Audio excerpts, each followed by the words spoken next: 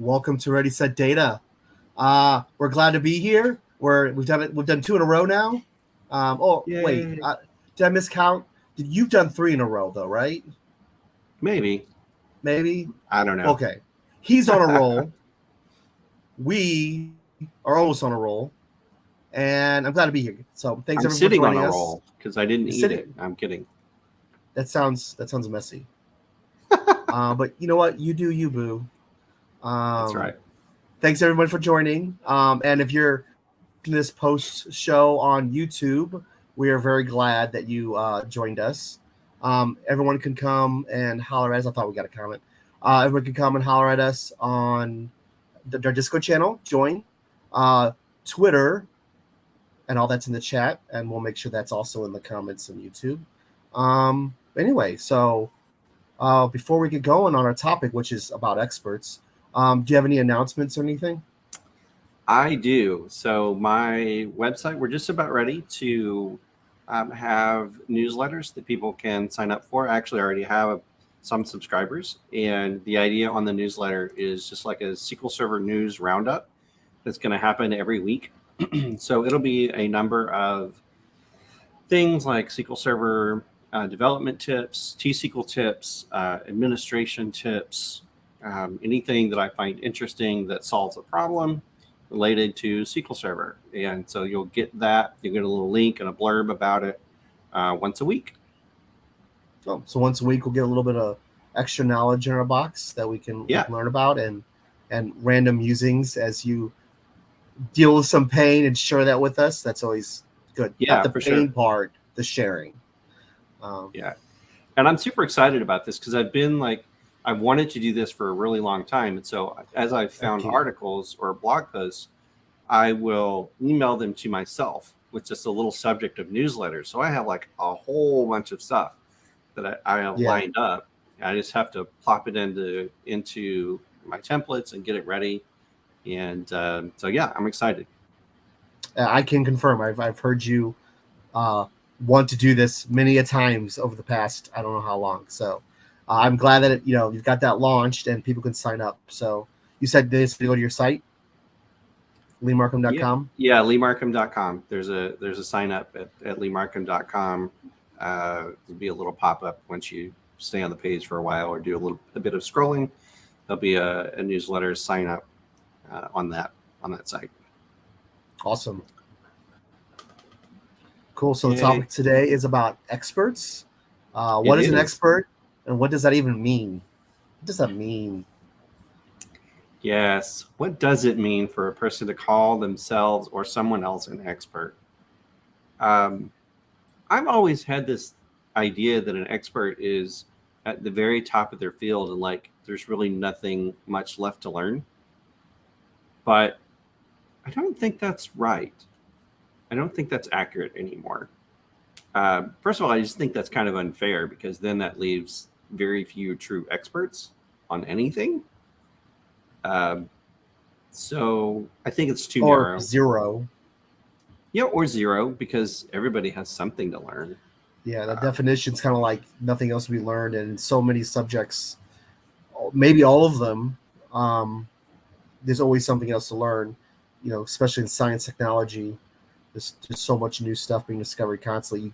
An expert can't be defined by knowing everything. Right, absolutely. And so as I was kind of looking and doing some research and some thinking, I come across a number of definitions, which I will share here.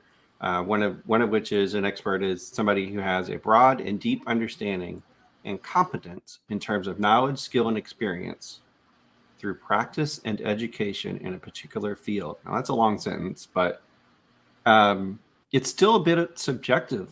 A person who has broad and deep understanding and competence. Well, what's deep? How deep do you have to be? Is it, I know 30% of it, I know 60%, I know 90%? I don't know. Where's the line there? Yeah, that's a complicated thing to figure out. It's hard to put a finger on it. That's why in software development, they talk about skills like shapes. So T-shape, it's when you have a little bit of skill on a bunch of things, but Mm-hmm. one particular specialized skill, you go really deep. And there's other patterns like that where they explain it as shapes instead of, you know, I don't know how else you would, right? You can't quantify it. Yeah. Yeah. Some other thoughts there. The definition of an expert in some specific fields, might be somebody who is well established by consensus, and not always then necessary for someone to have a degree, for example. They don't have to have letters behind their name to be considered an expert. There's some sort of consensus in the field that this person is an expert or has a sense of expertise. So in other They words, have yeah, a bunch of people all agree. Everyone says that they're an expert. right. Yeah, and the idea of expertise and being an expert obviously, has this connotation of having a sense of authority or weight to what you say.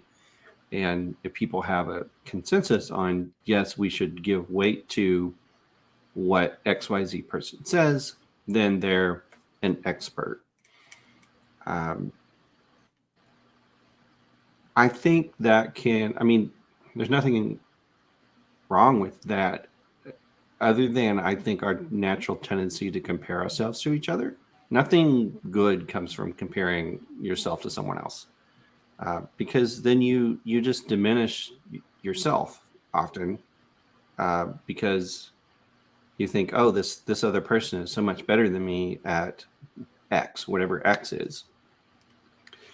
You might be good at X as well, but by comparing yourself to someone else, now whatever your expertise is or level of expertise in X seems or feels smaller, and you feel less important, you feel less impactful when you do that.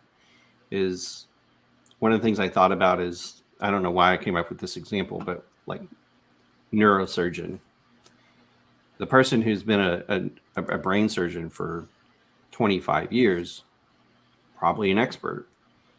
Does that mean that the person who's been a brain surgeon for 15 years is not an expert? I would say no. The person who has But then we draw that magic line, right? Yeah, somebody probably would draw a line somewhere. I mean, is 5 years enough? I don't know. I mean, certainly to be a brain surgeon, you have to have extensive knowledge of many things medical.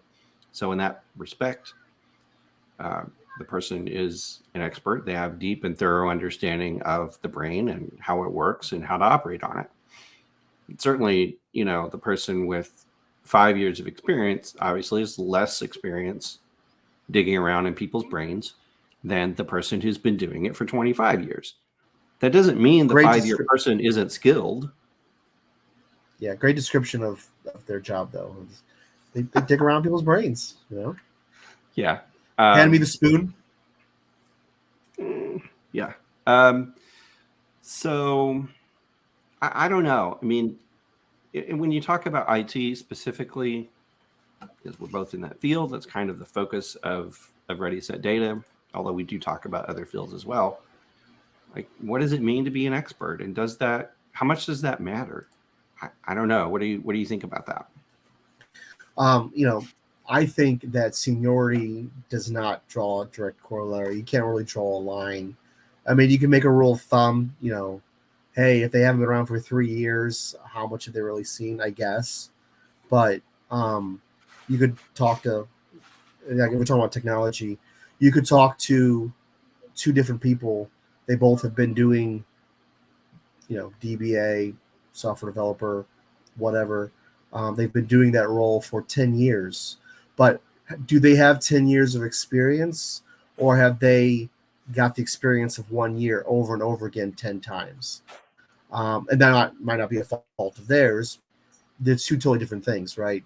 So I don't think seniority directly maps to whether you're skilled, whether you're an expert in the field, or anything that we're talking about today. So, yeah, I rule of thumb maybe, but like not a direct corollary. In fact, I would argue I don't know nothing about brain surgery, but technology-wise, someone could have been in the field for 20 years and not be an expert.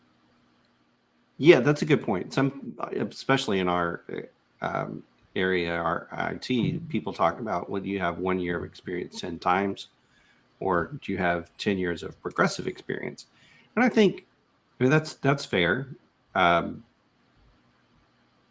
think you can answer that question when you look at someone's resume or LinkedIn. Hopefully, if they're being truthful about that, then you can see a progression between when they started and kind of where they're at now. They weren't talking about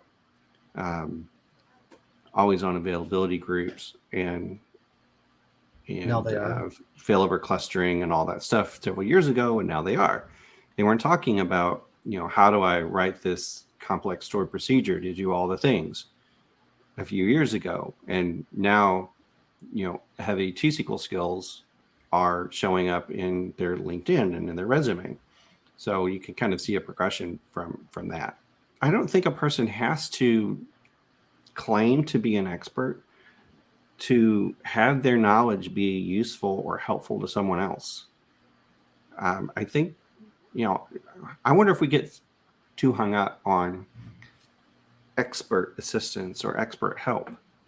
You just need someone who's, a few years ahead of you, or even just a step or two ahead. They've already ran into some roadblocks that you're experiencing, and they've solved them. So I think this idea of feeling like people need to be an expert keeps them on the sidelines too long. I think it certainly did for me. I mean, people are afraid to put themselves out there because they don't want to be told they're wrong about something, or they don't want to be discovered that they don't know what they're talking about a thing they wrote or said. Well, guess what? Not everybody knows as much as you do, and you might be able to help someone who isn't as far along. If you get a detail wrong, is that the end of the world? I mean, sure, you want to put good information out on the internet. If you can put together a string of blog posts about introduction to X technology because you've used it for a few years, you don't have deep understanding, but you have deep enough that you've solved some problems with X technology, whatever that is. Or I could spin that and say, no, Lee, you do have deep knowledge in one specific aspect, right? Maybe you do.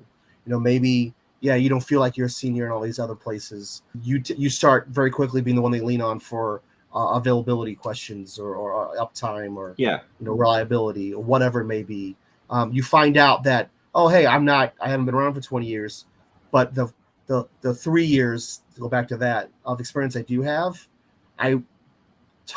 my experience is different than the other person's, so I've touched this aspect more. I felt more pain there, and I've solved those problems. And to echo something you said earlier, you said, maybe you don't have many years more experience. Maybe you're only 2-3 years ahead, right? You're just a little bit ahead. To be completely honest, I love working with people and training people. I've had a lot of fun doing that. I'll use the word fun.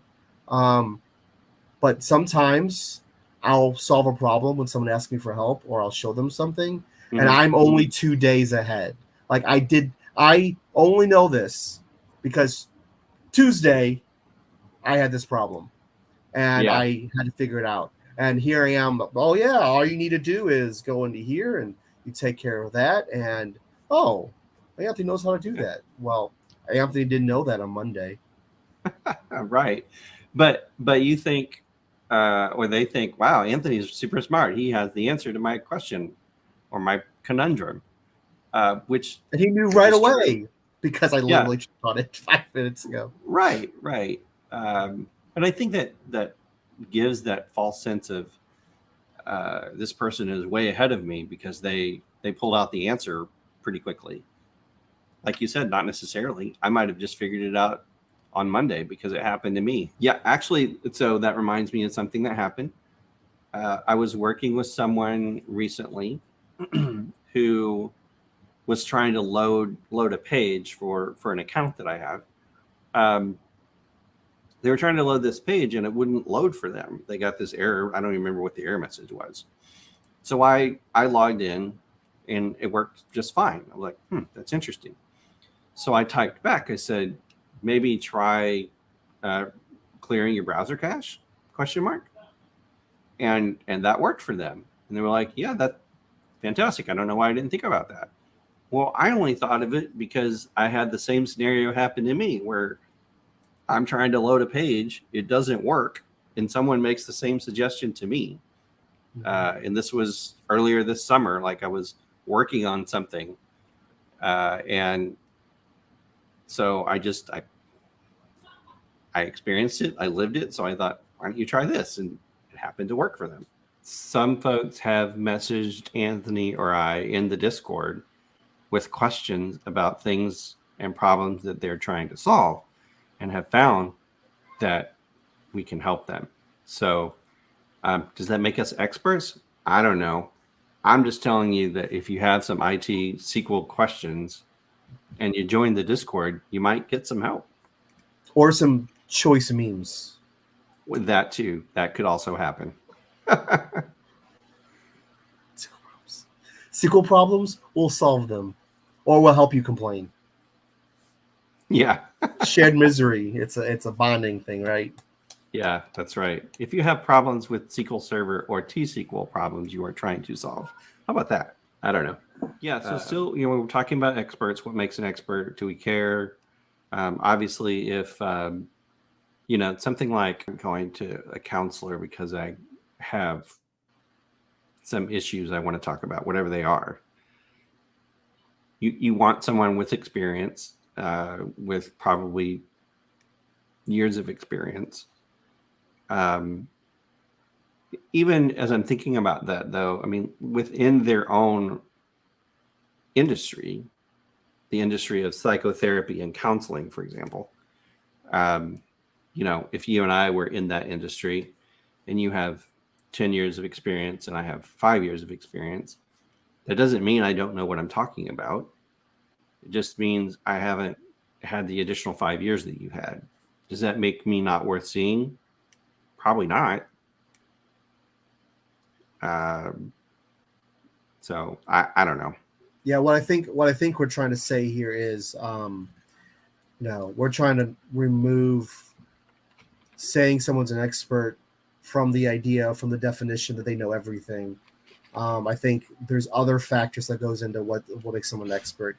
You already mentioned a bunch of other people vouch. I can't remember the word you used, but a bunch of other people all basically agree that they have a lot of experience, and it's not just, I argued, not the same year over and over again, right? They've lived through several different years of what they're doing and have taken knowledge from that. I always say take knowledge from that pain. And I personally think another thing that separates someone who's expert level, in technology, we'd say senior level, from a junior level, is not knowing everything, but how they deal with uncertainty. When you're a junior person and you're up against uncertainty, it's a difficult thing. That there's a skill that you haven't formed yet because you're busy learning all the root knowledge that goes with your craft, whatever that is. The experts in any field, whether I'm willing to make this dissertation, whether it's music or technology or I guess medical, that makes me uncomfortable because I don't want anyone to die. Rocket science, I don't know, but definitely technology. When you're up against a problem and you hit something that's new and unknown, when you've dealt with that enough time, you strengthen that muscle and you break it down into the core facts and go, I feel that this is the route we need to go, or at least the route we should investigate. You'll end up not seeing an unknown, but, I think it's going to be one of these two scenarios. We should research those and figure out which one's the right one. I think that's a big delineator between someone who's an expert and not. Yeah, I really like that. What do you do when you don't know the answer? I mean, you might panic. If you panic, that might be a good indication of a couple of different things, but it might be an indication that you don't have the foundational knowledge that's necessary to investigate the issue. And so you don't know what to do. You don't know what to put into Google. You don't know what to do with the information you get back from Google. But just because you don't know something doesn't mean you're not an expert. The ability to take what you already know and apply it to an unknown is, I think, a sign of expertise. It's a sign of maturity. It's a sign of experience.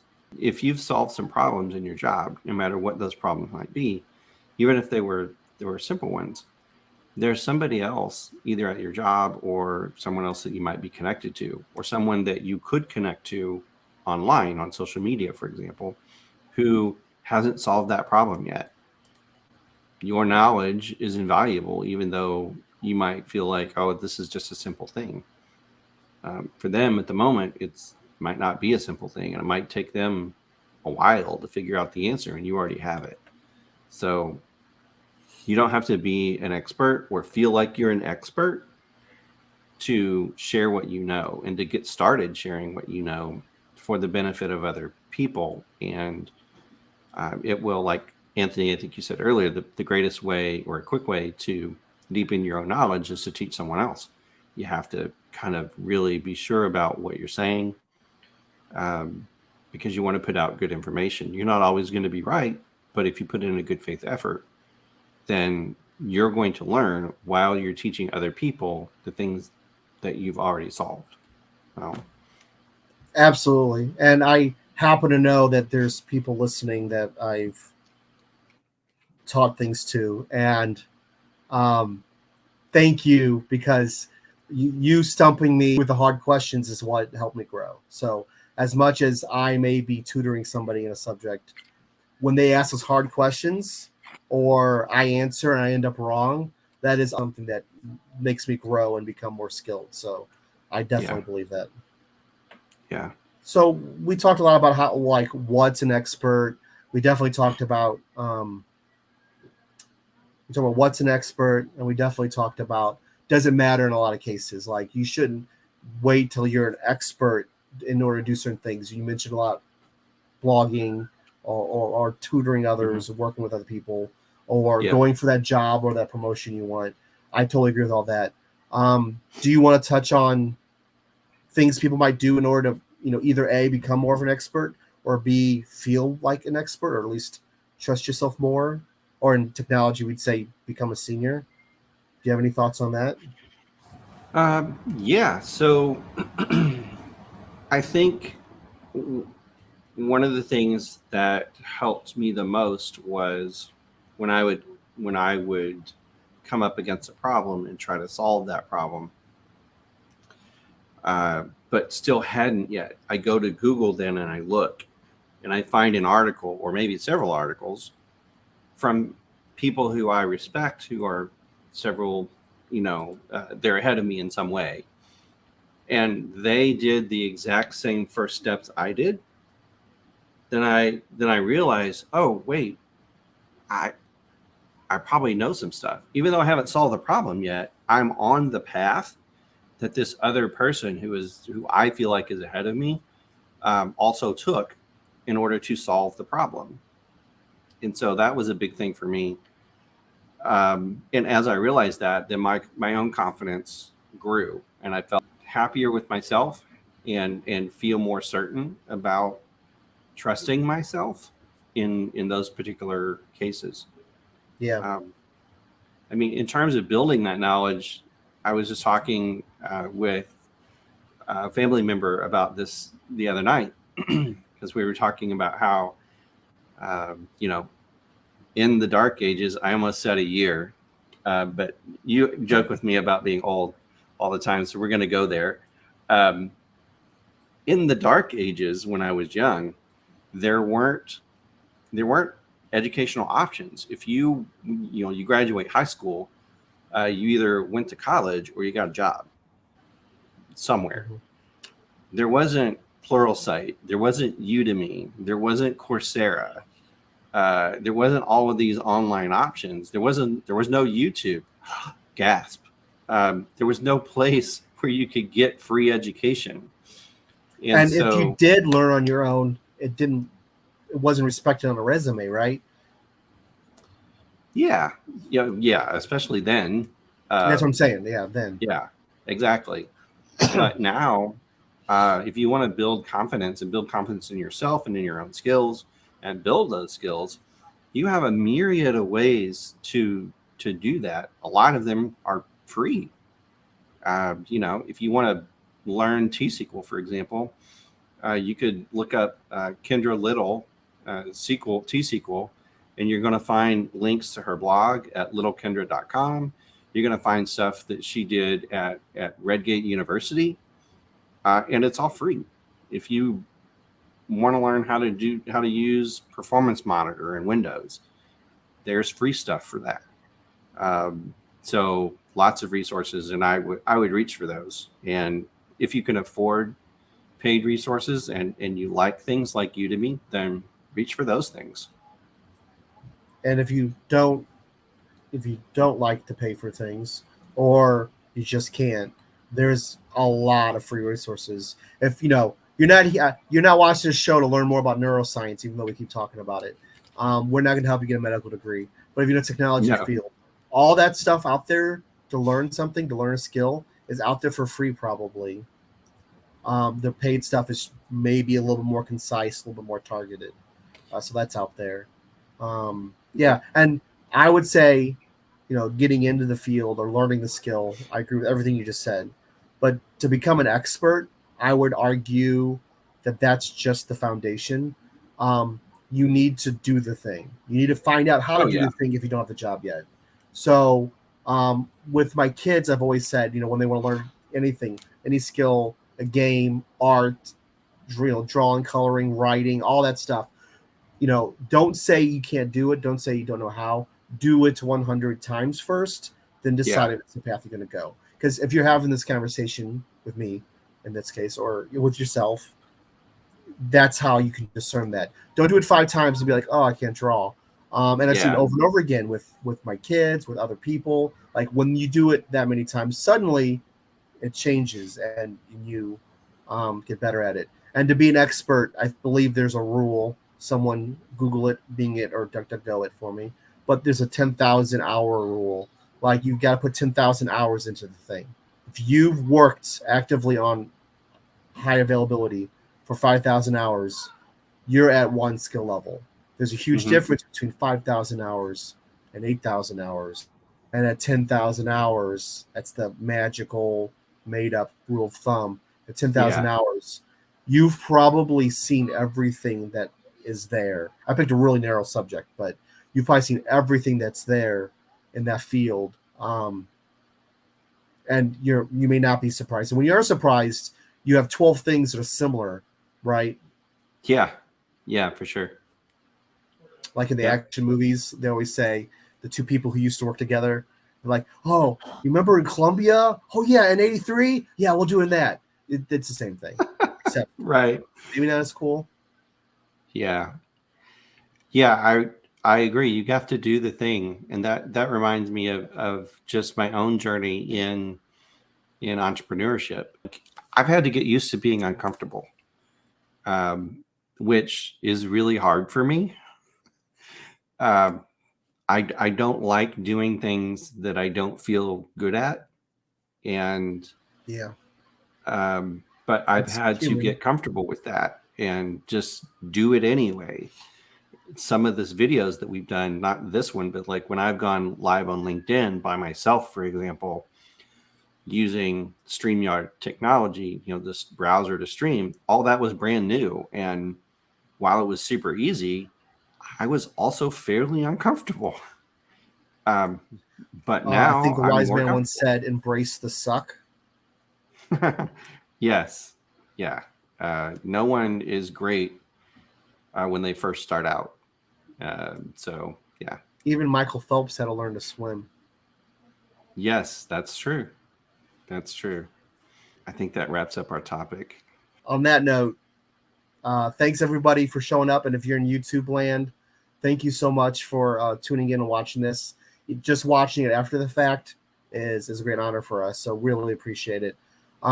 If you have any thoughts or comments about anything we said, you have any ideas about the future, you want to give us a compliment, you want to yell at us, hit us up on Discord. Feel free to join us in Discord. You can holler us all the time. So thanks for joining. This was Ready Set Data, and I'm Anthony Fortner. I'm Lee Markham. All right. Good night, everybody. Good night.